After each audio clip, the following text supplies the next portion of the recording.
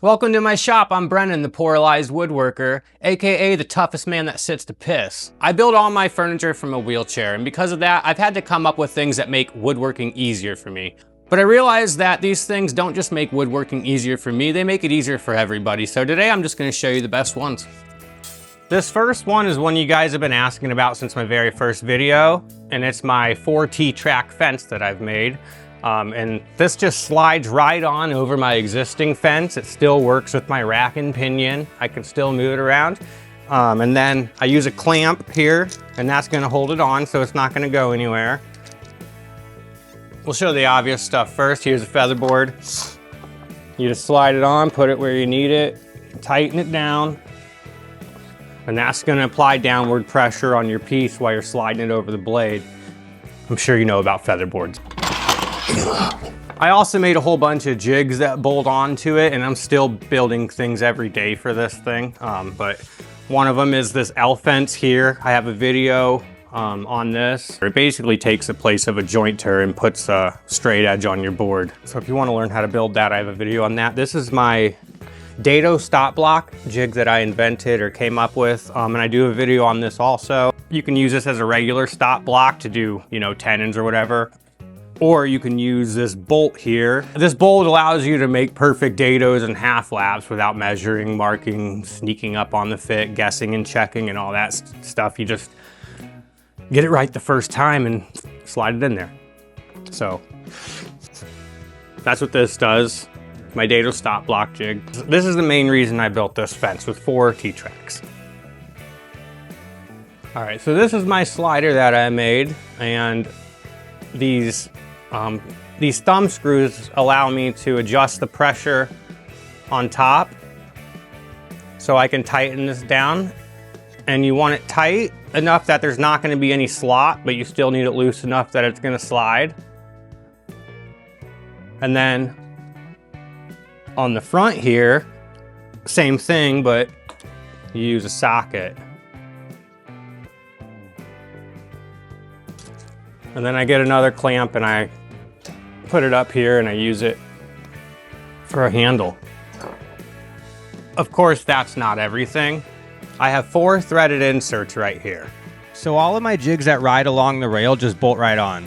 They take up way less space, and it ensures all my jigs are perfectly accurate. Plus, all I have to do to make a new jig is drill 4 holes in a piece of plywood instead of building a perfectly precise slider for each one. And while we're on the subject, instead of buying those expensive toggle clamps that only have like this much range, what I do is I cut off little bits of T-track and then I glue them and screw them in to all my jigs, and then I use the same clamps on all my jigs. You can clamp just about any thickness to it when you use these clamps instead of toggle clamps. So yeah, if I want to put on my spline jig or like my raised panel jig, all I have to do is unscrew these 4 bolts, take it off, and screw on my other jig.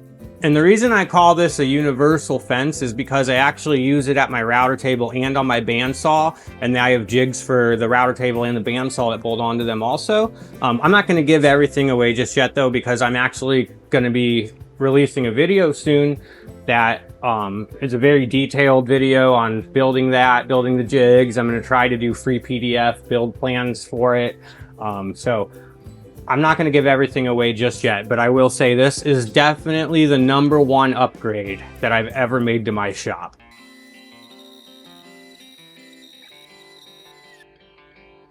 I made this because I couldn't find a router table mortising jig online anywhere. So I had to make my own because I didn't feel comfortable holding a router over my lap. You can see why that would be bad. And I definitely didn't have $2,000 for a Festool Domino. So what I came up with is this thing right here, and this thing's actually pretty cool. It allows me to make accurate, perfect, repeatable mortises for tenons or through tenons, you know, just like a domino joiner.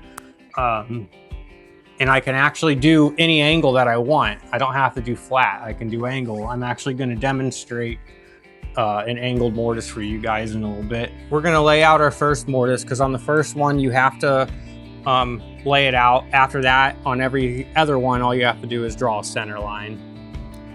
All right. And then we're gonna do, what is it, 1 inch, right? So we're gonna do on this side, I'm just gonna draw, yeah, it's dark on this side. I'm just gonna go 1 inch and draw my center line.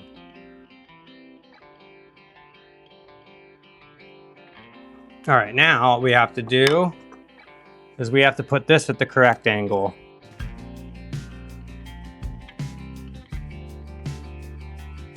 We're gonna get a piece of painter's tape and put it on the jig. And then where your center line is, you're gonna draw a mark. All you do is line all your center lines up on your piece with the center line that you drew. We're gonna clamp it down.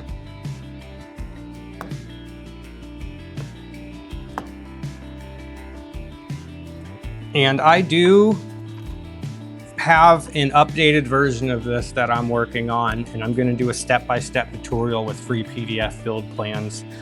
Be patient with me. It will be coming out soon. This one actually goes on to the slider jig that I showed you for the table saw fence. This actually can come off of this and it can go on there, but I did want to show you guys that you can do it with a regular router table fence. This is just a regular router table fence. I mean, it is homemade, but it has a T-track on the front and a T-track on the top. And I made that. I mean, most router fences, they have this same setup. So you can make this with a router, with a regular router table. These things kind of work just like the universal fence that I showed you earlier, or the T-track fence, I don't know what to call it, but I put that in there to hold the screws in place, and then I can tighten this. And you know, you want it tight so there's no slop, but it still needs to be loose enough that it can slide. All right, and then this thing slides up and down. And the same thing, it has bolts, and these are the sliders. But what you do here then is line up your mortise with the outside of your bit. Once you get it where it needs to be, then you put the stop block down. And then that keeps it from sliding where it's not supposed to. And then we slide it over to the other side. And we do the other stop block. And then when it's not in use, I put something underneath it to hold it up. Get your tape out of the way, turn it on.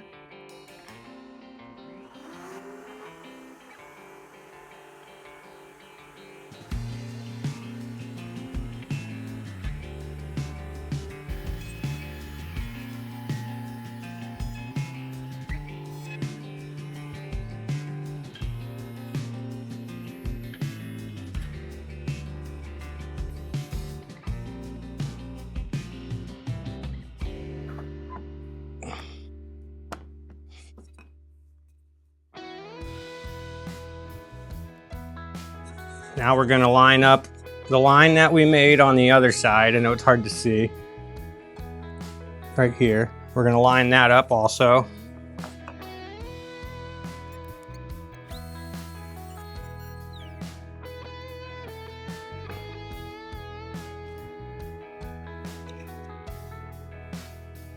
Perfect. Our workbench is the first thing we build in our shop, and that's because all other future builds depend on our workbench. But your workbench should be more than just a sturdy surface with a vise on it. There are so many cheap and easy upgrades you can make to your bench that are going to make all of your future builds so much easier.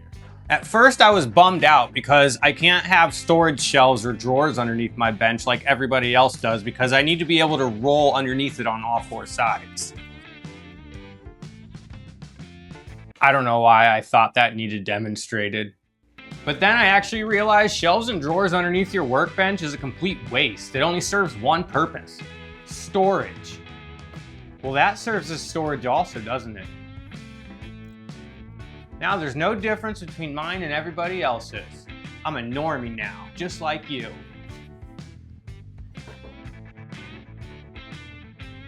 But it also serves as an extra work surface, a finishing station, an easy way to quickly clear your bench from any inconvenient little task and be able to put everything back quickly when you're done. Plus, my friends all love to sit on it when they come to visit me. Oh, friends. But you know what the coolest part about this is? I turned it into a little workbench for my 6-year-old son. So when he comes out here and works with me, he has his own little workbench. And he has his own little mini tools on here. But honestly, most important of all, Wolverine claw. Let's be honest, half the time when we're in our wood shop, we're just screwing 2 boards together at a 90-degree angle. But if you don't clamp them, the screws make the board separate when it tries to penetrate the wood. The solution I came up with is actually really simple. 2 carpenter's vices at a 90-degree angle on the corner of my workbench. Now, anytime I have 2 pieces of wood I need to screw together at a 90-degree angle, I have a station here ready and waiting, like a good little. Okay, so I didn't come up with dog holes, but I still have to mention them because they've made my assembly process so much quicker and easier. A lot of people go all out and get perfectly spaced CNC made templates to make their dog holes. If you're just using it for clamping like I do, you don't need to do all that. You just need to draw a grid with pencil like I did. You can still see the pencil marks on my table actually. I just drilled through with a 3/4 inch auger bit, and then there's a special chamfer tool that you can get. It puts a 45-degree chamfer on all of your dog holes so nothing gets caught on it, and you can put your accessories in there easier. And also, you don't need to cover your entire workbench in dog holes. You just need to put them in some key areas. As you can see, I put mine in line with my 2 carpenter vices that I mentioned earlier, and there's also a board on my vices, and they have dog holes drilled into those also. I can use these little red plugs to clamp any size piece that can fit on my table. All I have to do to clamp something to the table is take these red plugs and put them in the board that's on my vise. And butt my piece up to it.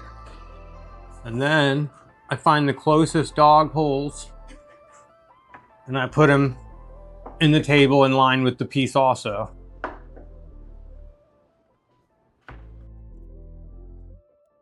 It's not going anywhere, dude. It's not going anywhere. And then these things, and that's all you have to do.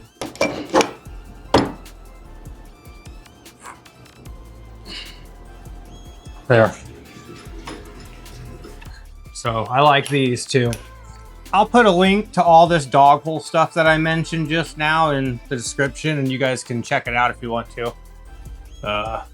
That's it for now. F*** off.